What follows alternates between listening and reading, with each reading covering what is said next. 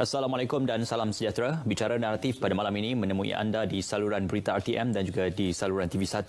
Malam ini cukup istimewa kerana kita akan mengkorelasikan topik perbincangan kita kepada pengumuman oleh Yang Amat Berhormat Tan Sri Muhyiddin Yassin pada Selasa lalu, iaitu setelah proklamasi darurat diperkenankan oleh Kebawah Duli Yang Mahmulia Sri Paduka Baginda Yang di-Pertuan Agong Al-Sultan Abdullah Riayatuddin Al-Mustafa Billah Shah.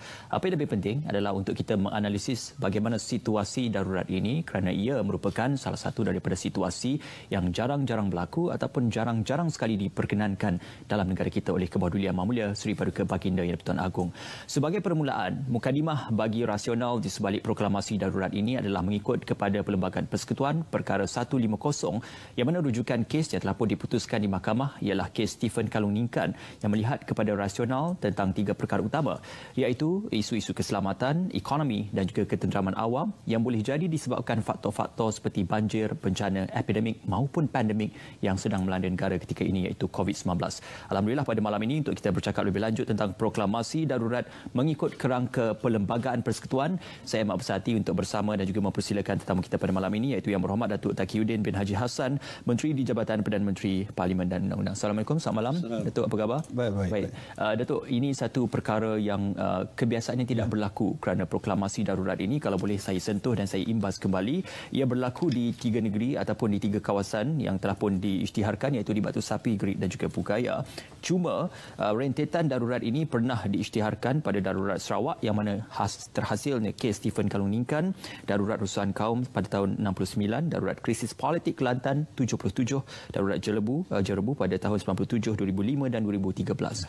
Cuma kali ini istimewanya proklamasi darurat mengikut kepada rasional pandemik COVID-19 malah situasi banjir yang melanda negara. Jadi apakah asas kepada perkara-perkara yang perlu kita fahami dalam proklamasi darurat yang telah pun diperkenankan oleh Baginda Tuanku, Datuk? Assalamualaikum warahmatullahi wabarakatuh dan salam bahagia kepada rakyat Malaysia yang dikasihi sekalian. Ya. Pertamanya saya ucap terima kasihlah kepada RTM, kepada Saudara Ismail kerana menjemput saya ke bicara naratif pada malam ini untuk kita bincang dan bicarakan satu tajuk yang amat penting yang saya kira bukan saja perlu diketahui tapi sebenarnya perlu difahami oleh seluruh rakyat Malaysia bagi kepentingan kita sebagai rakyat di dalam negara ini. Ya. Baik, pertamanya menyentuh tajuk mengenai proklamasi darurat. Saya kira elok kalau sekiranya kita melihat dulu apa sebenarnya yang dimaksudkan dalam bahasa biasa darurat itu sendiri. Bagi saya, darurat ini adalah satu keadaan yang berupa ancaman terhadap keselamatan, kehidupan ekonomi dan juga ketenteraman awam dalam negara kita yang sebenarnya sudah tidak dapat dikawal melalui sistem pentadbiran yang biasa. Jadi itu betul darurat itu. Tapi apabila Saudara Ismail menyentuh mengenai kes mahkamah, satu kes yang terkenal apabila membicarakan mengenai darurat ini, kes Stephen Kalung Ningkan versus Government of Malaysia yang telah diputuskan oleh Privy Council di Hong Kong pada tahun 1968. Dalam kes Stephen Kalung Ningkan ini, dia bukan saja menyatakan kenapa ataupun apakah faktor yang boleh membawa kepada peristiwa darurat, tapi saya lebih berminat untuk menjelaskan satu tafsiran definisi darurat yang telah disebut dan diterima oleh mahkamah di dalam kes Stephen Kalung Ningkan ini. Dengan kata lain, tafsiran darurat itu termasuklah peperangan, itu jelaslah, kebuluran, gempa bumi, earthquake, banjir, wabak penyakit, sama ada epidemik ataupun pandemik. Dan yang terakhirnya dalam bahasa Inggeris disebut collapse of civil government. Itu adalah faktor-faktor yang boleh membawa kepada peristiaran darurat. Termasuklah dalam kes Stephen Kalung Ningkan, peristiaran darurat di negeri Sarawak pada tahun 1964. Jadi dalam keadaan negara kita sekarang ini jelas ianya bukan lagi satu epidemik, ianya sudah menjadi satu pandemik. Satu wabak penyakit yang bukan saja ada di negara kita tetapi di seluruh dunia. Ya. Peringkat awal, kita masih ingat lagi pada 25 hari bulan Januari tahun 2020. Ya. Negara kita ni telah termasuk di dalam negara yang ada wabak COVID-19. 25 hari bulan Januari tahun 2020. Pada masa itu, kita di negara kita ada Akta 342. Ya. Akta Pencegahan dan Pengawalan Penyakit Berjangkit tahun 1988. Di bawah akta ini kita buat banyak peraturan-peraturan. Antaranya peraturan PKP itu sendiri yang dibuat. Peringkat awal ya, kita berjaya mengawal COVID ini dan kita melihat COVID ini dapat dikawal. Sebagai contoh, saya ambil satu statistik ya, Saudara Ismail. 3 bulan selepas COVID melanda negara kita, iaitu pada 25 hari bulan Mac tahun 2020, jumlah kes positif 1,796 kes. Ya. Pada bulan 3 tahun 2020. 3 bulan kemudian, bulan Jun, saya ambil 25 hari bulan Jun, kes positifnya 8,700. Dalam masa 3 bulan telah naik sebanyak hampir 6,000. 3 bulan kemudian, 25 September, daripada 8,000 telah naik kepada 10,687. Ya. Kemudian bulan bulan September, bulan November, 3 bulan kemudian mencecah kepada 59,000, hampir 5 kali ganda kes positif. Kemudian bulan Disember, akhir tahun 25 Disember, 101,565 kes positif. Dengan jumlah kematian pada bulan Disember telah meningkat 449, sedangkan pada bulan Mac hanya 19 kematian. Ya. Malah hari ini. Ya. Kemudian kita ambil tahun ini, 1 Januari. Kalau 25 Disember 101, 1 Januari 115,078 kes. Kematian 474 kematian. Yang terkini, saya catat di sini semalam. Saya ingat yang hari ini saya tak sempat. 16 Januari pada hari ini telah meningkat sebanyak 4,029 kes, menjadikan jumlah positif 155,095 kes dengan jumlah kematian 594 kematian. Jadi kita bayangkanlah, apabila kita mengambil langkah, kerajaan mengambil langkah untuk melangkah satu langkah ke hadapan dengan lebih serius dalam konteks menangani COVID-19 ini, daripada Akta 342 itulah kita melangkah kepada satu langkah yang lebih serius lagi dalam konteks ini, iaitu kita mengambil langkah menggunakan Perlembagaan Persekutuan ini dalam perkara 150 jelas menyatakan bahawa peruntukan proklamasi darurat diperuntukkan di bawah 150 untuk dilaksanakan mengikut peruntukan ini apabila ianya diputuskan oleh pihak kerajaan. Atas dasar itulah saya nak sebutkan bahawa pada 11 hari bulan 1 tahun 2021 baru-baru ini, Jemaah Menteri telah bersidang secara khas, kabinet khas dipengerusikan oleh Yang Berhormat Perdana Menteri setelah melihat bagaimana penularan COVID ini telah begitu kritikal, peringkat kritikal. Maka Kabinet Persekutuan telah membuat satu keputusan untuk kita menasihatkan Yang di-Pertuan Agong berdasarkan perkara 150 supaya Kebawah Duli Yang Maha Mulia Seri Paduka Baginda Yang di-Pertuan Agong menggunakan kuasa baginda di bawah perkara 150 mengisytiharkan darurat kepada seluruh persekutuan, the whole of federation. Jadi alhamdulillah kita menjunjung kasih kepada Seri Paduka Baginda Yang di-Pertuan Agong yang memahami keadaan suasana yang berlaku, telah bertindak bagi saya secara berhikmah, secara bijaksana dan juga secara ihsan kepada seluruh rakyat Malaysia yang berdepan dengan COVID ini, baginda telah bersetuju untuk mengisytiharkan darurat. Okey. Berdasarkan kepada faktor-faktor yang saya sebutkan tadi. Dan sekejap saya nak sebut untuk clear perkara ini. Ada orang menyatakan bahawa kerajaan menasihatkan Yang di-Pertuan Agong. Maka Yang di-Pertuan Agong tidak ada pilihan sebaliknya menerima nasihat itu. Sebenarnya tidak. Yang di-Pertuan Agong, ini fakta ya. Yang di-Pertuan Agong sebelum membuat keputusan mengisytiharkan darurat telah mendengar pandangan-pandangan pakar daripada Peguam Negara dalam bidang perundangan, Panglima Angkatan Tentera dari segi keselamatan, Ketua Polis Negara juga dari segi ketenteraman awam, Ketua Pengarah Kementerian Kesihatan Malaysia. Dan bukan itu saja, pengurusi SPR juga dipanggil untuk menghadap ke bawah Duli Yang Maha Mulia Tuanku untuk Tuanku mendapat suatu pandangan yang jelas. Okey. Sebelum Tuanku mengambil langkah yang bijaksana ini untuk mengisytiharkan darurat. Okey. Jadi inilah yang berlaku pada 11 Januari tahun 2020 yang lalu.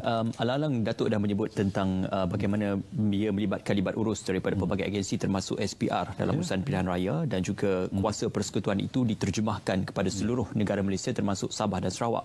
Saya suka menyentuh kembali apabila perkara 150 Fasal 4 ada menyentuh mengenai apabila proklamasi darurat ini diisytiharkan, kuasa persekutuan mengatasi kerajaan negeri dan juga jadual 9 yang diperuntukkan dalam Perlembagaan Persekutuan boleh diketepikan untuk meminda Perlembagaan Negeri.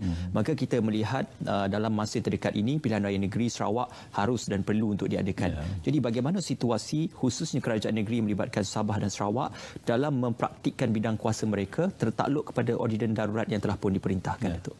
Okey, sebelum itu saya nak sebutkan bahawa apabila perisytiharan darurat diisytiharkan di dalam negara kita adalah tidak benar pihak-pihak mengatakan bahawa perlembagaan digantung. Itu tidak benar. Okey. Perlembagaan persekutuan, perlembagaan negeri tidak digantung sebenarnya. Apa yang boleh dilaksanakan semasa darurat ialah berdasarkan kepada perkara 1502B yang di-Pertuan Agong boleh membuat ordinance.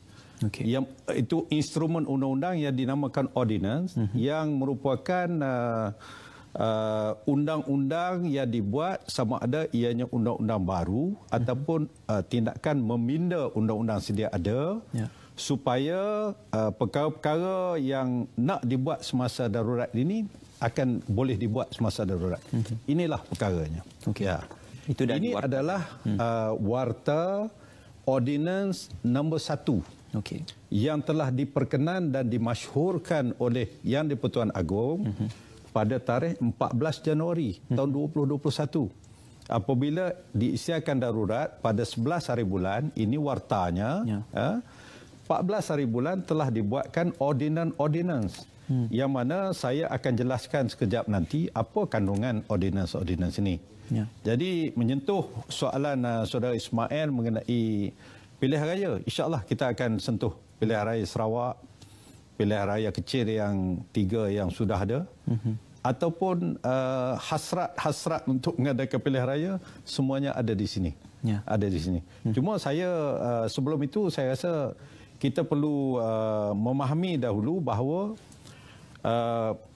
undang-undang yang ada sekarang ini terus berkuat kuasa. Okay. Walaupun di zaman ataupun di era darurat, kecuali sekiranya undang-undang yang ada itu dipinda oleh ordinance yang dibuat oleh Yang di-Pertuan Agong. Okay. Barulah ada perubahan di dalam akta ataupun undang-undang tersebut. Okey.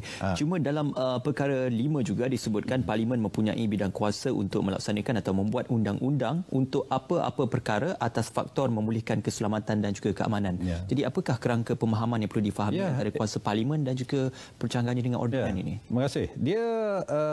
Kita tahu bahawa fungsi Parlimen dalam keadaan biasa adalah untuk membuat undang-undang. Parlimen adalah badan legislatif di peringkat persekutuan. Semua undang-undang persekutuan dibuat di dalam Parlimen yang terdiri daripada Dewan Rakyat dan Dewan Negara. Kemudian mendapat perkenan daripada Yang di-Pertuan Agong sebelum menjadi undang-undang. Itu dalam keadaan biasa. Oleh kerana kita berdepan dengan bencana COVID, pandemik COVID, kita nak mengambil tindakan berdasarkan kepada undang-undang biasa, sedangkan kita memerlukan tindakan yang segera, maka langkah yang ada yang dibenarkan oleh perlembagaan, bukan yang tidak berperlembagaan.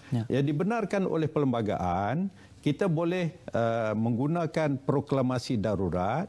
Di dalam masa darurat, tidak perlu dibawa ke parlimen yang memerlukan kepada proses yang panjang dan sebagainya. Maka darurat adalah satu kaedah ataupun mood yang dibenarkan oleh perlembagaan untuk membuat undang-undang dalam keadaan yang kritikal dan terdesak sebagaimana sekarang ini. Itu kita perlu faham. Penjelasan lanjut itu mungkin kita akan kemukakan seketika nanti. Datuk, kita akan berjeda seketika, semuanya kembali nanti dalam Bicara Naratif.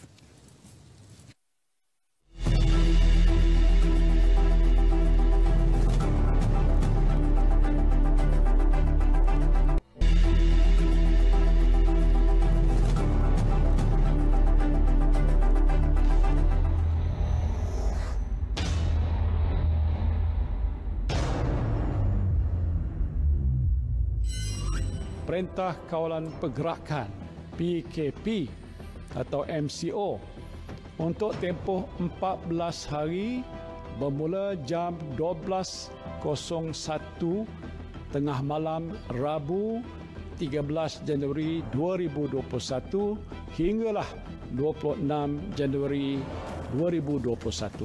Pulau Pinang, Selangor, wilayah Persekutuan ini masuk Kuala Lumpur, Putrajaya dan Labuan, Melaka, Johor dan Sabah. Ini PKP.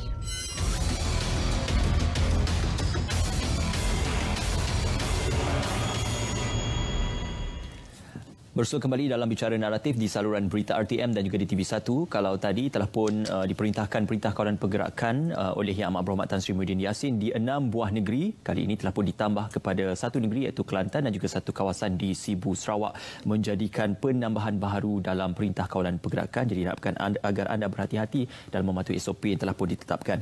Masih lagi bersama dengan Yang Berhormat Datuk Taqiyuddin bin Haji Hassan. Datuk, berkolerasi daripada proklamasi darurat itu, Ordinan Darurat Kuasa-Kuasa Perlu 2021 telah pun diwartakan sebagai satu warta kerajaan. Maka dalam hal ini cadangan untuk menubuhkan jawatan kuasa khas bebas telah pun diperkenankan, malah diumumkan. Cuma persoalannya, jawatan kuasa khas bebas itu telah pun termaktub di bawah Ordinan Darurat Kuasa-Kuasa Perlu dan ia diperuntukkan dalam kerangka undang-undang. Persoalan yang penting, ada yang mempertikaikan kalau benar peranan kabinet itu masih berlangsung dan juga masih digerakkan, apa perlunya jawatan kuasa khas bebas ini dibina ataupun dilaksanakan dalam menasihati perihal tentang perundangan berkaitan darurat, Datuk? Okey. Terima kasih. Menyentuh mengenai jawatan kuasa khas bebas, Independent Committee. Sebenarnya saya perlu menyatakan bahawa jawatan kuasa khas bebas ini adalah satu cadangan daripada Yang Amat Berhormat Perdana Menteri ataupun kerajaan sendiri kepada Kebawah-Duli Yang Maha Mulia Seri Paduka Baginda Yang di-Pertuan Agong. Apabila dikemukakan cadangan ini, cadangan jawatan kuasa khas bebas ini, Yang di-Pertuan Agong telah bersetuju memperkenankan cadangan itu. Dan di tangan saya ini ada kenyataan media Istana Negara pada 11 hari bulan. Sultan Abdullah berkenan terhadap cadangan kerajaan bagi pembentukan satu jawatan kuasa bebas dianggotai oleh ahli parlimen kerajaan dan pembangkang. Ini statement daripada Istana Negara. Apa tugas jawatan kuasa ini? Tugasnya adalah mengesyorkan kepada Seri Paduka Baginda sekiranya pelaksanaan darurat ini dapat ditamatkan lebih awal. Itu adalah terma rujukan kepada jawatan kuasa ini. Cukup menarik, Saudara Ismail. Apabila Yang di-Pertuan Agong bersetuju dengan cadangan kerajaan untuk menubuhkan jawatan kuasa ini, maka apabila Yang di-Pertuan Agong mengeluarkan ordinans darurat bilangan 1 ini pada 14 hari bulan, perkara yang pertama yang disentuh dalam ordinans ini adalah penubuhan jawatan kuasa khas bebas. Ini menunjukkan betapa kerajaan amat berhasrat supaya pelaksanaan darurat ini dilihat secara telus. Ada pihak yang bertaraf jawatan kuasa khas bebas ditubuhkan untuk mengesyorkan kepada Yang di-Pertuan Agong mengenai pelaksanaan ini. Jadi untuk ini kerajaan telah bersetuju membentuk jawatankuasa ini dengan perkenan Yang di-Pertuan Agong dan akan dilantik oleh Yang di-Pertuan Agong seorang pengurusi dan sejumlah bilangan ahli jawatankuasa yang mewakili pelbagai pihak. Ya. Kalau tadi disebut mengenai kerajaan dan pembangkang, kerajaan telah bersetuju mengemukakan sejumlah bilangan kepada Yang di-Pertuan Agong yang mewakili ahli-ahli parlimen daripada kerajaan. Kita telah, saya sendiri atas arahan Yang Berhormat Perdana Menteri, saya telah menulis surat kepada Yang Berhormat Ketua Pembangkang Parlimen untuk beliau menamakan sejumlah nama, 3 orang lah. Ya. Semua orang dah tahu kan. 3 orang daripada pembangkang untuk duduk di dalam jawatankuasa khas bebas ini. Namun masih belum dinamakan siapakah. Sehingga ke saat saya berada di sini, saya belum terima lagi nama itu. Sepatutnya saya yang menerima kerana saya yang diarahkan untuk menulis surat itu. Sehingga hari ini tidak ada satu nama pun. Manakala di pihak kerajaan kita sudah ada nama-nama untuk dikemukakan kepada baginda Yang di-Pertuan Agong. Jadi itu, jawatankuasa ini telah secara serius kita telah menubuhkan ini dan kita telah mengenal pasti tokoh-tokoh yang akan menduduki jawatankuasa yang amat penting ini, yang terdiri daripada bekas-bekas ketua hakim negara, bekas panglima angkatan tentera, bekas ketua polis negara, bekas ketua pengarah kesihatan Malaysia, dan tokoh-tokoh di bidang-bidang yang tertentu. Bidang pertahanan, bidang keselamatan, bidang kesihatan, tokoh-tokoh NGO, aktivis sosial telah dinamakan oleh kerajaan untuk kerajaan angkat kepada ke bawah duli Yang Maha Mulia untuk diperkenankan dan untuk dilantik mereka ini. Ini seriusnya kita dalam konteks jawatankuasa khas bebas ini. Okey. Alang-alang Datuk sudah menyebut tentang pelibatan blok pembangkang ataupun ahli parlimen daripada perwakilan pembangkang, masih belum dinamakan siapakah calonnya.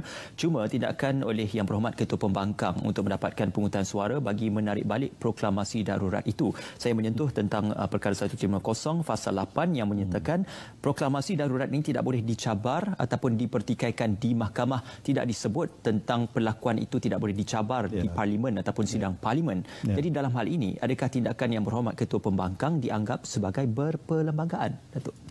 Ya, jelas dalam perlembagaan sebagaimana saudara telah sebut tadi, perkara 150 fasal 8 dengan jelas menyatakan bahawa apabila Yang di-Pertuan Agong telah berpuas hati dan berkenan untuk mengisytiharkan darurat, maka tindakan ke bawah duli Yang Maha Mulia itu tidak boleh dipersoalkan di mana-mana mahkamah atas apa-apa alasan pun.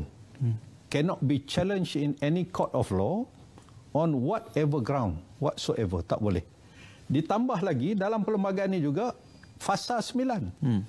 Fasal 9 ini jelas lagi menyatakan bahawa dahlah kita tak boleh mencabar perkara itu. 8B, tidak ada mahkamah yang mempunyai bidang kuasa untuk melayan atau memutuskan apa-apa permohonan soal atau prosiding yang berkaitan dengan cabaran terhadap keputusan Yang di-Pertuan Agong untuk membuat proklamasi darurat ini. Satu, tak boleh cabar. Yang kedua, kalau cabar pun, kalaulah ada orang cabar, mahkamah tidak ada bidang kuasa. Court has no jurisdiction untuk entertain this sort of application. Tak boleh. Itu perlembagaan kata. Jadi kita bagi pihak kerajaan terpulanglah kalau orang itu tidak mahu mengambil tindakan berdasarkan perlembagaan, itu hak mereka lah. Tapi keputusannya kita sudah dapat jangka dalam hal ini. Ini satu persoalan juga yang banyak diajukan oleh warga masyarakat. Apakah tindakan proklamasi darurat ini hanya sekadar untuk menggantung sidang parlimen dan juga sidang Dewan Undangan Negeri? Malah dalam hal kita melihat sidang kedua-dua perkara ini amat penting untuk melaksanakan objektif undang-undang juga pelaksanaan rang undang-undang. Perkara itu juga saya korelasikan dengan perkara 150 pasal 6 yang menyebut parlimen atau yang di-Pertuan Agong boleh untuk melulus apa jua undang-undang untuk tujuan darurat walau tidak konsisten dengan perlembagaan persekutuan. Jadi bagaimana dalam fasal 6 ini masih lagi mematuhi kerangka perlembagaan persekutuan walaupun undang-undang yang ditubuhkan itu tidak konsisten dengan peruntukan dalam perlembagaan? Ya, sebagaimana yang kita bincangkan tadi, Saudara Ismail, di masa darurat, Yang di-Pertuan Agong boleh membuat ordinan dalam semua perkara. Malahan pasal 6 tadi menyebut walaupun perkara yang dibuat itu bercanggah dengan peruntukan perlembagaan itu sendiri.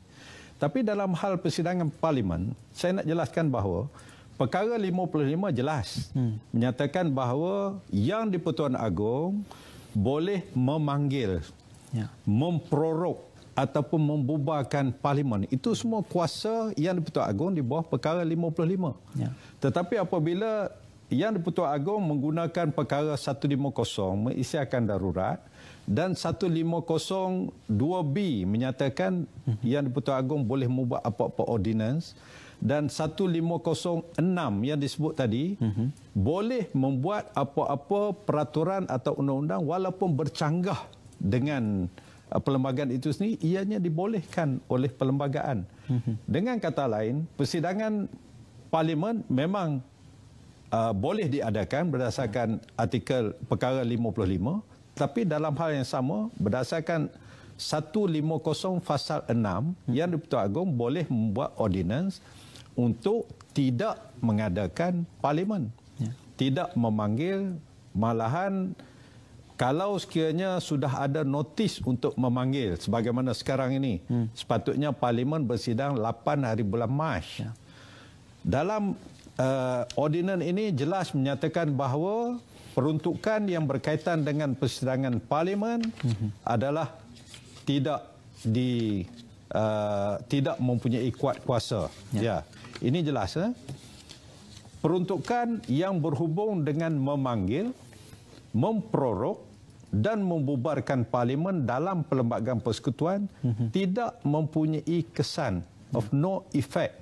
Jadi maksudnya dan disebut di sini juga mana-mana mesyuarat parlimen yang telah dipanggil sebelum tarikh permulaan kuat kuasa ordinan ini tetapi belum diadakan adalah dibatalkan.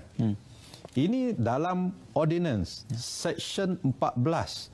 Jadi apabila ordinance ini sudah dibuat, ini merupakan undang-undang walaupun saya tak kata dia bercanggah dengan perkara 55. Sebab perkara 55 kuasa agung memanggil. Jadi dalam section 14 ordinance ini kuasa agung juga berdasarkan 150 2B boleh buat ordinance ini walaupun bercanggah, maka ianya adalah satu undang-undang yang sah dari sudut perlembagaan sendiri. Yang tadi 55, yang ini 150 pasal 6.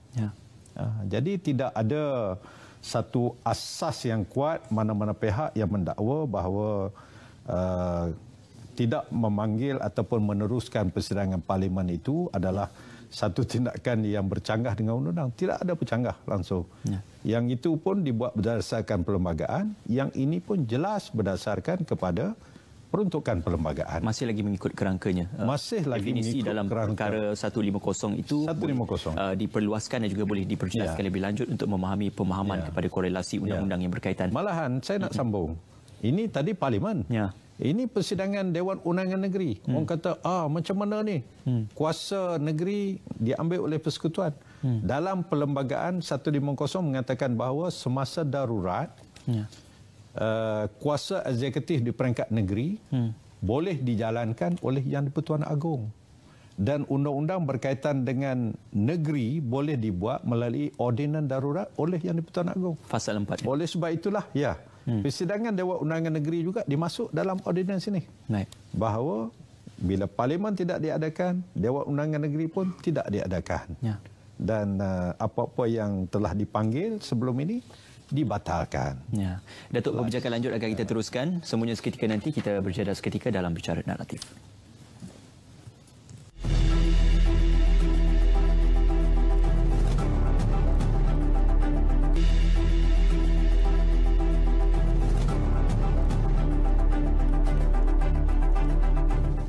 Bicara Naratif di saluran berita RTM dan juga di TV1. Masih lagi bersama Yang Berhormat Datuk Tauhidin Haji Hassan, Menteri di Jabatan Perdana Menteri. Datuk, ada juga dakwaan-dakwaan liar yang mengatakan bahawasanya dalam hal kita mendepani proklamasi darurat ini, pertikaian tentang bidang kuasa eksekutif yang dijalankan oleh Yang Amat Berhormat Perdana Menteri, malah Jemaah Menteri juga, adakah masih seperti sebelum proklamasi darurat dilakukan, dan adakah benar dakwaan yang mengatakan bahawasanya sokongan ataupun keampuhan dalam struktur kerajaan pada waktu kini dilatari dengan alasan-alasan untuk melaksanakan proklamasi darurat itu, Datuk? Okey. Terima kasih. Saya nak sebutkan bahawa sebagaimana yang kita sebutkan tadi, apa-apa juga kedudukan Perdana Menteri, kedudukan Kabinet, malahan kedudukan Menteri Besar dan juga ahli-ahli exco kerajaan negeri-negeri seluruh negara, ya, orang persoalkan apa kedudukan. Dah Agung, Yang di-Pertuan Agong mempunyai kuasa penuh masa darurat. Sebenarnya di dalam, saya nak sebutkan dalam Seksyen 11 dalam ordinans yang diluluskan 14 bulan, membicarakan tentang kuasa eksekutif dan perundangan. Dengan jelas 11 A menyatakan bahawa Perdana Menteri, Jemaah Menteri yang wujud sebaik sebelum proklamasi darurat 11 Januari, ya, yang telah diberikan kuasa eksekutif hendaklah terus menjalankan kuasa eksekutif persekutuan. Manakala Menteri Besar, Ketua Menteri, ahli-ahli Majlis Mesyuarat Kerajaan ataupun Menteri-Menteri Kabinet Negeri, ya, di negeri-negeri yang wujud sebaik sebelum proklamasi darurat juga meneruskan kuasa ataupun menjalankan kuasa eksekutif peringkat negeri. Ya. Ini jelas. Perkataan yang penting di sini ialah yang wujud sebaik sebelum. Immediately before. Sebab ada negeri-negeri yang dalam tempoh lepas Pilihan Raya Umum ke-14 ini sudah ada 2 kerajaan. Ya. Tapi yang dimaksudkan di sini ialah kerajaan yang wujud sebaik sebelum proklamasi darurat ini, ianya mempunyai kuasa eksekutif. Jadi di sinilah, Saudara Ismail, ada pihak mengatakan bahawa ada unsur-unsur selain daripada COVID lah untuk pengisytiharan darurat ini. Berdasarkan perlembagaan, ya, saya berani menyatakan bahawa kerajaan yang ada boleh membuat suatu ordinans untuk, dengan bahasa yang mudahnya, mengambil alih negeri-negeri yang tertentu. Sebagaimana yang dibuat oleh Kerajaan Persekutuan pada tahun 1977. Yang mana Kerajaan Persekutuan telah mengambil alih pemerintahan di negeri Kelantan, negeri saya. Ya. Itu dibenarkan oleh perlembagaan. Tetapi di dalam ordinans darurat yang kita ada pada kali ini, kerajaan-kerajaan, semua kerajaan negeri, tak kira kerajaan yang bersama dengan Kerajaan Persekutuan ataupun yang tidak, ataupun dengan kata lain kerajaan negeri pembangkang, kekal. Negeri-negeri itu dengan Menteri Besar atau Ketua Menteri dengan exco-exco-nya kekal. Ini menunjukkan bahawa pengisytiharan darurat ini tidak ada motif politik. Sebaliknya, motifnya hanyalah untuk menguruskan penularan COVID yang semakin kritikal ni. Itu adalah matlamatnya. Kita nak kerjasama Kerajaan Persekutuan, kerajaan negeri yang ada pada hari ini, tak kira dia tu status apa. Ini jelas. Ya? Itu saya suka untuk kembali merujuk kepada Perkara 150 Fasal 5 atas alasan untuk memulih keselamatan dan keamanan. Itu perkara pokok definisi yang paling utama. Apa yang kita lihat, gambaran kes ataupun situasi ketika ini, kerajaan telah pun memerintahkan dalam hal yang berkaitan tentang institusi kesihatan swasta. Makanya kalau sebelum ini tidak boleh mereka diberikan kebebasan untuk menerima pesakit COVID ataupun tidak. Kali ini disebabkan ordinans darurat, kerajaan berhak untuk memerintahkan institusi swasta untuk menerima pesakit-pesakit COVID dan kalau tidak boleh didenda. Jadi adakah itu satu gambaran positif tentang pelaksanaan ordinans darurat ini? Ya, memang ianya amat positif. Perkara ini dibuat berdasarkan kepada kajian-kajian yang dibuat sepanjang kita menguruskan COVID, kerajaan mendapat maklumat ada institusi hospital atau klinik swasta yang bertindak untuk tidak menerima pesakit-pesakit. Walaupun pesakit itu asalnya pesakit mereka, bila dijangkiti atau positif COVID, mereka tidak mau ambil. Tidak ada undang-undang yang boleh mengambil tindakan terhadap keengganan mereka itu. Tetapi apabila kita diisytiharkan darurat, kerajaan mengambil suatu langkah untuk menguatkuasakan perundangan ke atas pihak-pihak yang berkenaan supaya mereka tidak boleh bersikap demikian lagi. Kalau pesakit itu pesakit COVID ke ataupun tidak COVID, mereka kena ambil. Ini adalah satu undang-undang yang dibuat di bawah perisytiharan darurat ini berdasarkan ordinans, dan kalau sekiranya mereka tidak mengambil tindakan sebagaimana yang ditetapkan oleh undang-undang, mereka boleh didenda ataupun diambil tindakan undang-undang. Kesalahan yang seumpama ini dalam Seksyen 9 ordinan ini dengan jelas menyatakan mana-mana orang ini termasuk orang perseorangan ataupun ia ni satu syarikat ke, satu syarikat liability terhad sebuah firma atau pertubuhan yang tidak mematuhi arahan supaya dia mengambil pesakit COVID ini, mereka ini melakukan kesalahan. Jika sekiranya disabitkan, boleh didenda sehingga 5 juta ringgit. Maksimum. Ataupun boleh dipenjara tidak melebihi 10 tahun penjara. Ataupun boleh dikenakan dua-duanya sekali. Ini menunjukkan bahawa serius kerajaan.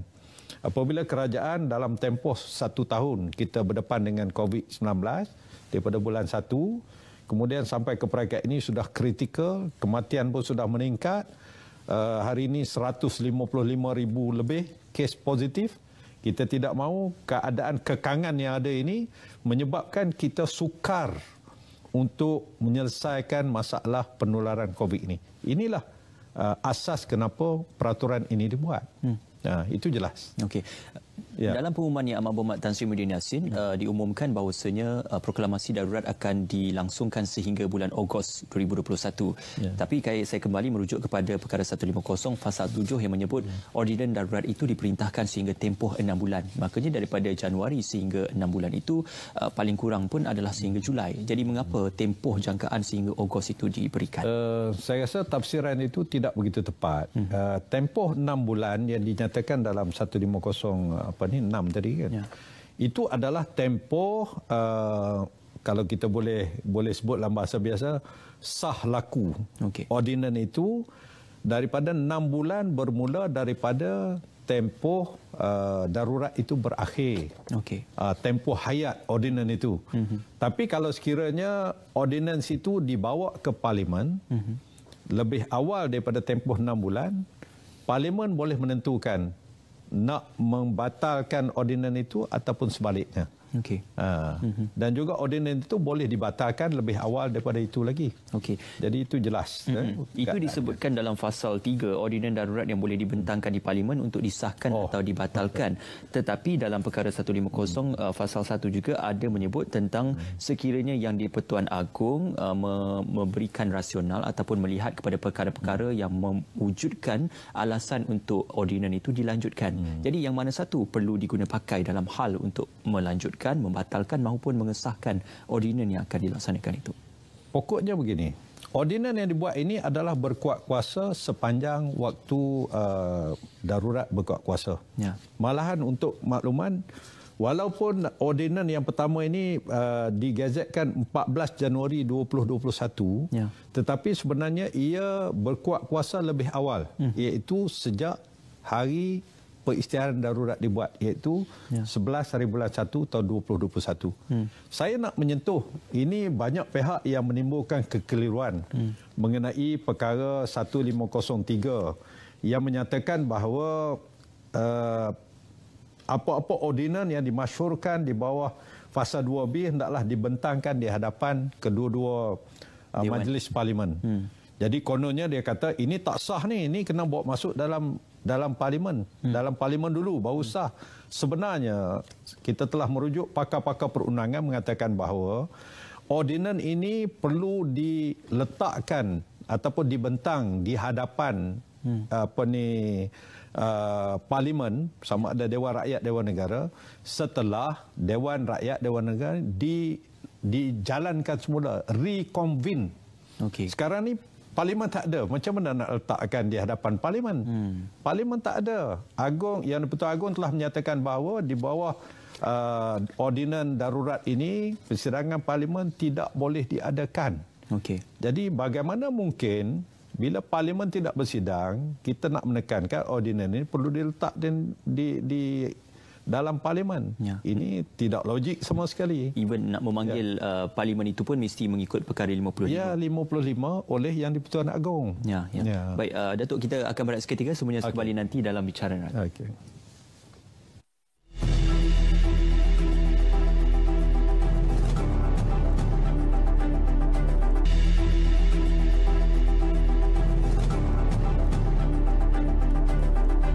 Bersua kembali dalam Bicara Naratif di saluran berita RTM dan TV1. Bercerita tentang proklamasi darurat ini, satu presiden yang perlu untuk kita perbincangkan kerana dalam perkara 150 ada menyebut secara spesifik tentang bidang kuasa mereka yang diberikan kuasa eksekutif dan juga legislatif dalam melaksanakan proklamasi darurat ini. Datuk, mungkin persoalan ini lebih penting kerana ada juga beberapa dakwaan yang mengatakan ini merupakan salah satu daripada strategi kerajaan terkini dalam mengelakkan pilihan raya umum ataupun pilihan negeri yang bakal berlangsung. Cuma kalau saya ambil semula latar belakang kes Stephen Kaluningkan, yang mana rujukan kes itu merujuk kepada hilangnya kepercayaan Ahli Dewan Undangan Negeri terhadap Ketua Menteri Sarawak itu Stephen Kaluningkan sendiri, dan ini telah pun menyebabkan pemecatan itu berlaku secara tidak sah dan berlakunya proklamasi dan juga alasan kepada darurat itu sendiri. Tidakkah gambaran kes yang disebutkan dalam Stephen Kaluningkan itu seolah-olah hampir serupa dengan beberapa situasi yang sedang dilalui di peringkat persekutuan maupun di peringkat kerajaan sekarang ini, Datuk? Kes Stephen Kaluningkan tu memang kes yang dirujuklah dalam isu Ketua Menteri hilang sokongan majoriti. Ya. Tapi ada kes yang terkini, kes tahun 2009 yang diputuskan oleh Mahkamah Persekutuan Malaysia, iaitu kes Niza Jamaluddin versus Zamri Abdul Kadir. Di mana dalam kes itu menjelaskan dengan terang lagi jelas bahawa seseorang menteri besar dalam kes itu, dia dalam perlembagaan dalam kes itu Negeri Perak tidak menyatakan bagaimana seorang menteri besar itu hilang kepercayaan majoriti. Tidak dinyatakan. Cuma dinyatakan bila menteri besar hilang kepercayaan majoriti, dia ada dua pilihan. Yang pertama, dia meminta, bukan menasihat, meminta, request supaya Sultan membubarkan Dewan. Yang keduanya, dia meletakkan jawatan. Tidak ada satu perkara. Jadi Mahkamah Persekutuan pada tahun 2009 itu memutuskan hilangnya satu kepercayaan kepada menteri besar ataupun Perdana Menteri bukan satu cara saja. Satu caranya yang terbaiknya kita kata di dalam Dewan lah. Itu undi percaya atau undi tak percaya. Yang keduanya cara-cara lain. Umpamanya melalui statutory declaration ataupun akuan bersumpah. Bercakap mengenai keadaan kita sekarang ni, kedua-duanya tak ada. Usul undi tak percaya pun tidak ada.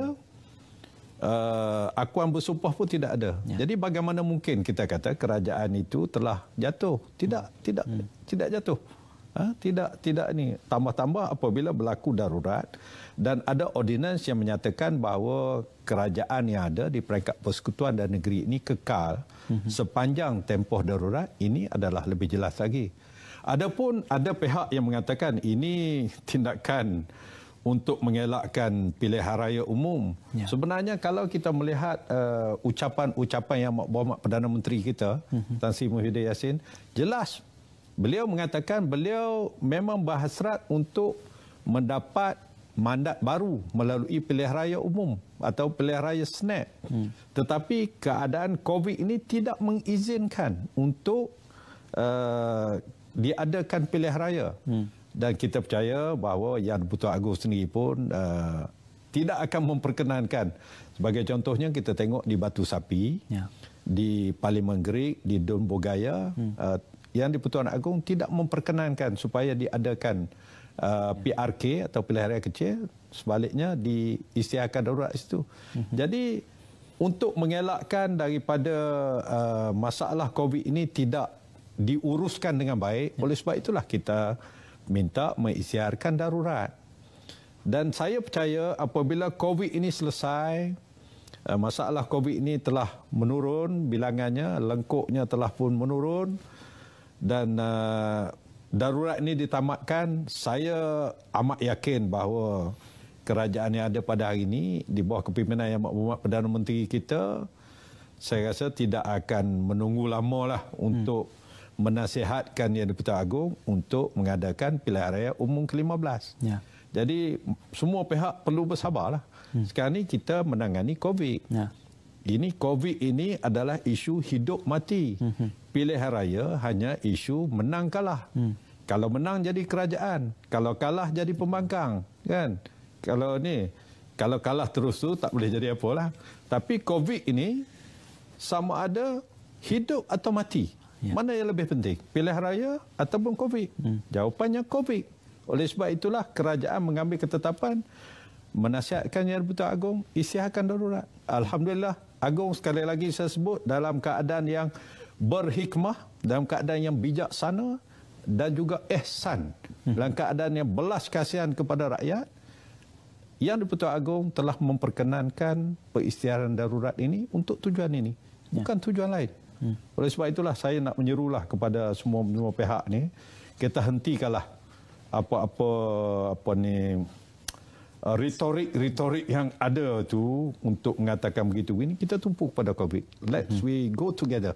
Dari jawatankuasa bebas khas datang bersama. Kita adakan usaha-usaha untuk menangani COVID ini. Ya.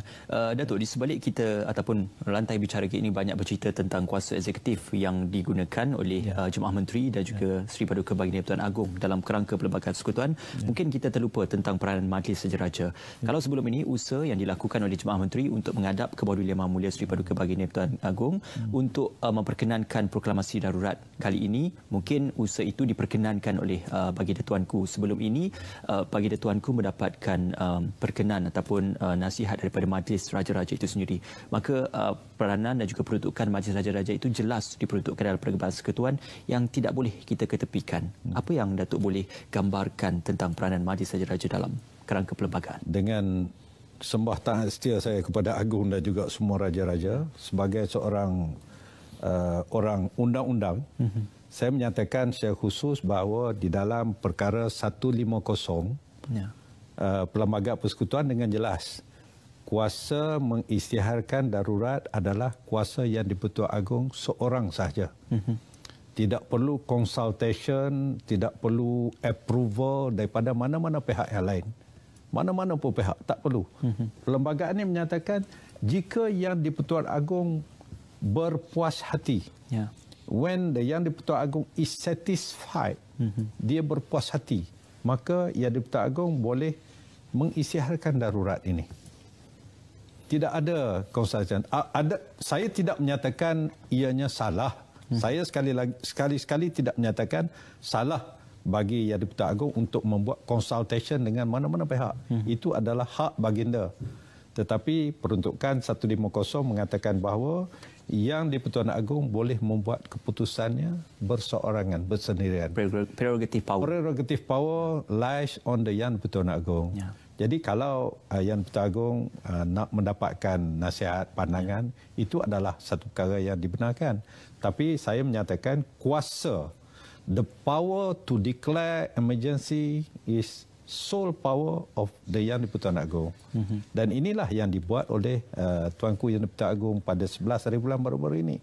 Apabila kerajaan atau Jemaah Menteri menasihatkan baginda, maka baginda berdasarkan perkara 1501, berdasarkan kepada faktor-faktor keselamatan, kehidupan ekonomi dan juga ketenteraman awam yang dianggap terancam ataupun terbukti terancam sedang berlaku, maka berdasarkan 1501 Yang di-Pertuan Agong mengisytiharkan darurat. Ini adalah langkah baginda sebagai seorang raja berperlembagaan.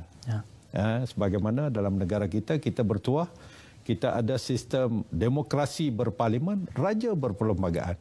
Kita ada Perdana Menteri sebagai ketua eksekutif, kita ada Yang di-Pertuan Agong sebagai head of the federation. Head of the federation. Di peringkat negeri kita ada tuanku sultan-sultan yang menjadi head of the state, ketua kepada negeri-negeri. Itu jelas kepada kita. Saya ringkas, Datuk, mungkin ini kesimpulan untuk kita memberikan pesanan dan juga gambaran kepada variasi pemikiran masyarakat kita ini, namun perlu untuk kita sekalikan dan kita satukan dalam kita memerangi COVID-19.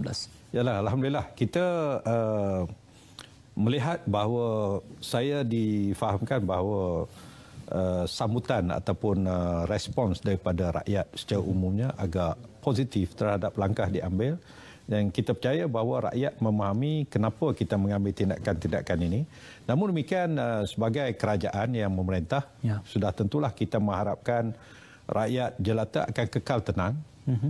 Tenang, tidak ada apa-apa perkara yang berlaku, andaian-andaian yang buruk itu tak berlaku pun. Beri kepercayaan penuh kepada kerajaan yang melaksanakan tanggungjawab yang diberikan oleh Yang di-Pertuan Agong semasa darurat ini, satu je, untuk membendung penularan COVID-19 dengan lebih berkesan sepanjang tempoh ini. Dan saya menyerulah kepada semua ahli-ahli politik, pemimpin masyarakat, pemimpin NGO, let's together. Kita bersama-sama untuk menentang wabak ini, berganding bahu untuk kita menghadapi situasi yang sukar ini. InsyaAllah kita bersama, kita mesti menang bersama untuk menangani COVID-19. Kita jaga kita, Datuk. Kita jaga kita. InsyaAllah. InsyaAllah. Terima kasih sekali lagi atas kesimpulan yang baik dan juga perkongsian pada malam ini. Satu penghargaan juga kepada Datuk Yang Berhormat Datuk Tauhidin bin Haji Hassan, Menteri di Jabatan Perdana Menteri, kerana bersama dengan kami pada malam ini. Dan kami juga di Bicara Naratif ingin merakamkan salam takziah kepada keluarga Allahyarham Tun Saleh Abbas yang telah pun dilaporkan meninggal dunia pada hari ini pada usia 91 tahun. Dan sememangnya ini merupakan satu kehilangan dan juga kita pemergian yang amat besar untuk negara yang dianggap sebagai seorang permata negara. Terima kasih kepada Yang Berhormat Datuk kerana bersama dengan kami. Terima kasih kepada anda semua. Merafak sembah penjunjung kasih ke Bawah Yang Mahmudah Seri Paduka Baginda Yang di-Pertuan Agong atas proklamasi darurat yang telah pun diisytiharkan. Assalamualaikum.